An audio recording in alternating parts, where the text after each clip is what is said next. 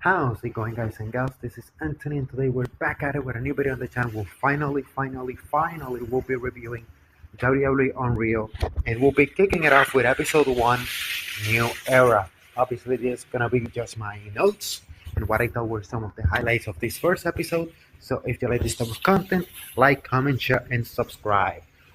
I'm not gonna go back and forth. If I'm gonna talk about a specific person, I'll talk about everything that they did in this episode.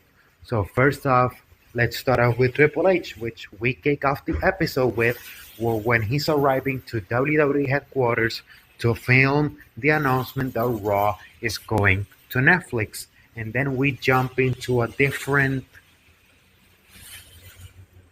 not different, but we go to a video package showing some of the legends. And then Triple H starts talking, how this is a new era. This Raw going to Netflix is a big deal, and how John Cena's coming back for one last run. Then back and forth, we jump between some people talking. We see him in Gorilla and stuff like that. We see some of the creative for the Raw debut on Netflix with him. And he talks about some of the people. He talks about how Cody is now the face of the company, talking about how John Cena is one of the greatest of all time, and how Rhea has a tremendous aura, which he's right. He also dives into his problems with Punk, and how he confirms the rumors about Punk possibly coming back in 2019 when he was hired by Fox to do WWE Backstage, and how negotiations fell through. But Triple H lied a little bit here, because he said that he's the same guy, it's not gonna work. You didn't say that. You wanted him on NXT. The person that didn't want him back was Vince. But obviously right now is Vince's persona non grata with the company, so obviously you're not going to mention him. So now we jump back into the beginning of the episode where we talk about Cody. Cody has pretty brief appearance here where he gets mentioned, about how he wants to be part of the first Raw in Netflix. We see the promo with Rock on the first Raw on Netflix about how he says thank you to Cody for carrying the company, and how he is decorating the Christmas tree with brandy and Liberty. He puts gingerbread Shawn Michaels ointment on the tree, and how he proved himself to be the face of the company. And he gets teary-eyed talking about it. And that's about it. They were discussing plans for Cody for the Raw debut on Netflix, about how he may be doing a save for Cena. Then we know how that ended. He saved Roman during tribal combat. Therefore, then after Cody, we go and see John Cena, which I think John Cena was the funniest part here, because when he introduces himself, he says, "My real name is John Cena. My cover name is John Cena. Everybody calls me John Cena." I thought that was so hilarious. And obviously, like Cody does the same thing. He's Cody Rhodes. His wrestling name is Cody Rhodes, but his real name is Cody Rhodes. Triple H says he's Trips H Hunter Helmsley, and now everybody calls him Paul Levesque. But I actually thought that the Cena one was so funny. And he's talking about how he wants to retire now because his body cannot take it anymore. So props to John here for saying that the body is telling him it's time, and he's not going down like some legends that they wait until like 15 years out of their prime to finally retire. So props to John here from being so honest, and he talks about how he's been a wrestling fan since he was a kid. For years, that was John's gimmick. If you guys remember, the kid that dreamt that his dream was to become a wrestler, and he fulfilled it. What a fairy tale story. Like the guy wins at the end. Woohoo. right? Which one thing that I really love here is like when they started talking about the gorilla position. The gorilla position here, and they explain, how it's in tribute to Gorilla Monsoon and how he was the timekeeper for the company under Vince McMahon Sr. and how the gorilla position is today, which people are there, which is obviously Triple H is the head of creative, profess, professional yes man Bruce Pritchard, and I did not notice that the timekeeper was Billy Kidman on gorilla position. I did not know that. And obviously the match producer, they show some of the producers like Nick Aldis. They show some clips of matches. Like I did not know that Nick Aldis was the producer for the Braun Strowman Jacob Fatu last man standing match earlier this year. And obviously they show some clips from Abyss, Chris Parks producing the Rollins Punk matches. And I'll leave at the end something about Chris Parks because I need to rant about something. But I'll leave it at the end. So let's just leave Gorilla position at that. And then we jump into Rhea Ripley, her real name, Dimity Bennett. And she talks about how she was a fan since she was a kid. She tried to make a tryout at 17, but she was a minor, so they said no, wait until you're 18. Then she went to another tryout when she was 20 and got signed, and she's been rolling ever since. And they show pictures of her as a little girl, with the blonde hair when she started out with the blonde hair. And then we go back to Triple H, with the aura thing that I mentioned earlier. And Rhea goes in depth here. I really like her three dogs. Barry, it's I just remember Barry. Barry was great. Like the middle dog that she said, "You are the cutest one ever," huh? And you have bad breath too. I thought that was so cute for some reason. Her interacting with her three dogs. I mean, I did not like the taxidermic stuff. I thought that was like, okay, Rhea, you're a weirdo, but okay, I'll take it.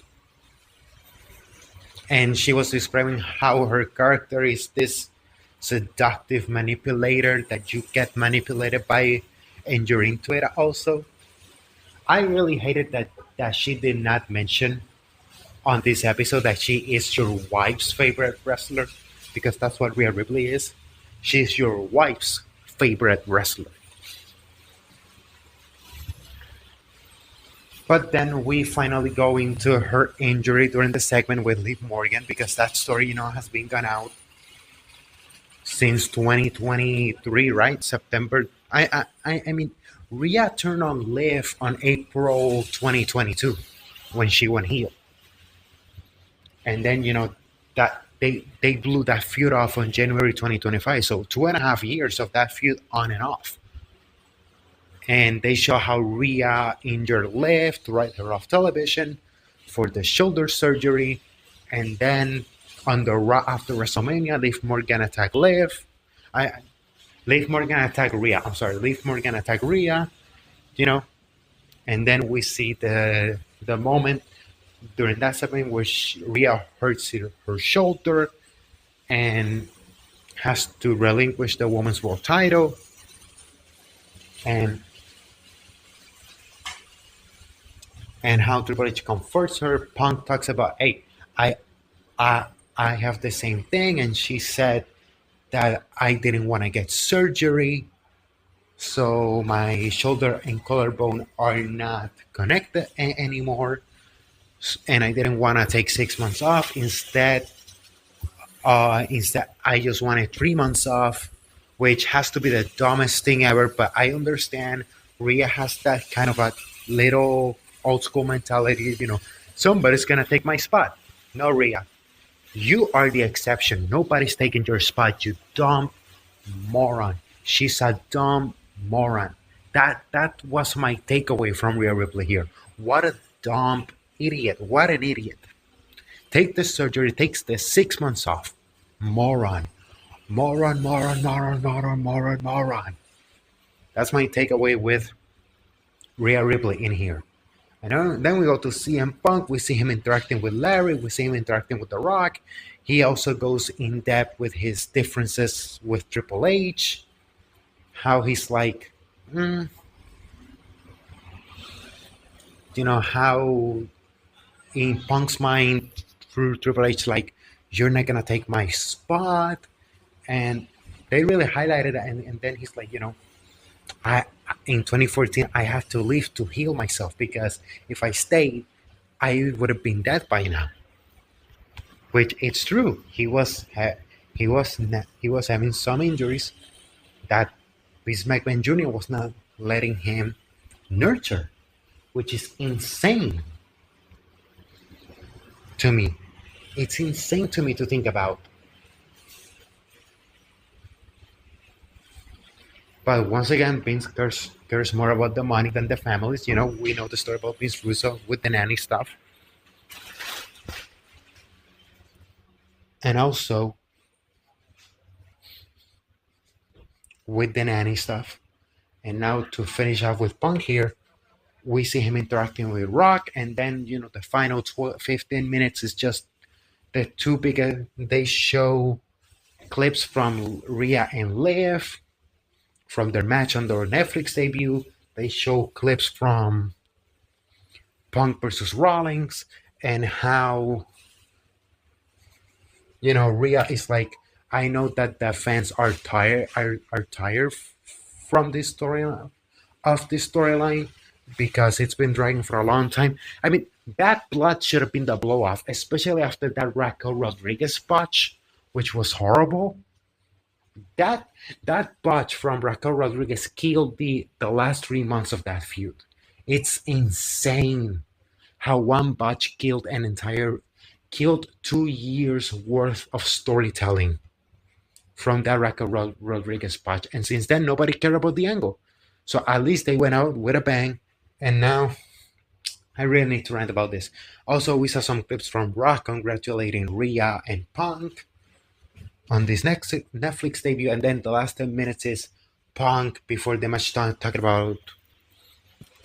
with Gunther, and how he's like, when that bell rings, I'm in control. I can do whatever the F I want. And I'm like, that's CM Punk right there. Let's go. That's not Phil Brooks. They also talk about the pipe bomb.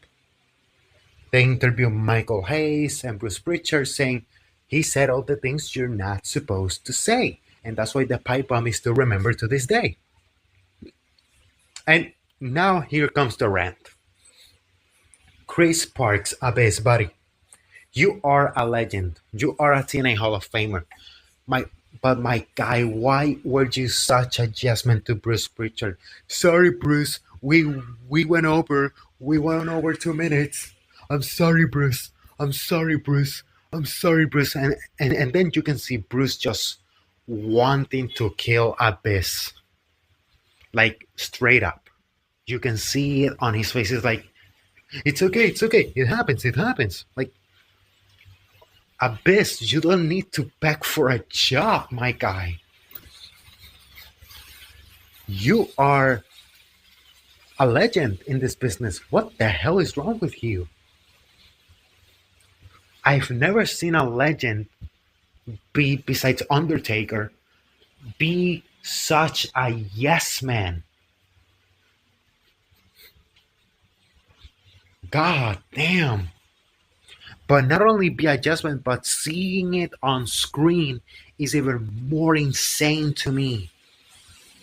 I hope that part was a work, because there's no way that really happened, right?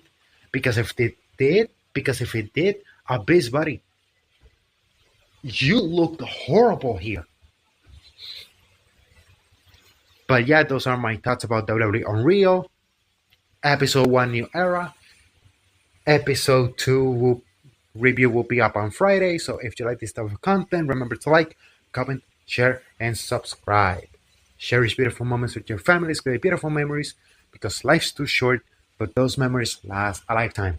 As always, this is Anthony signing off. Bye bye.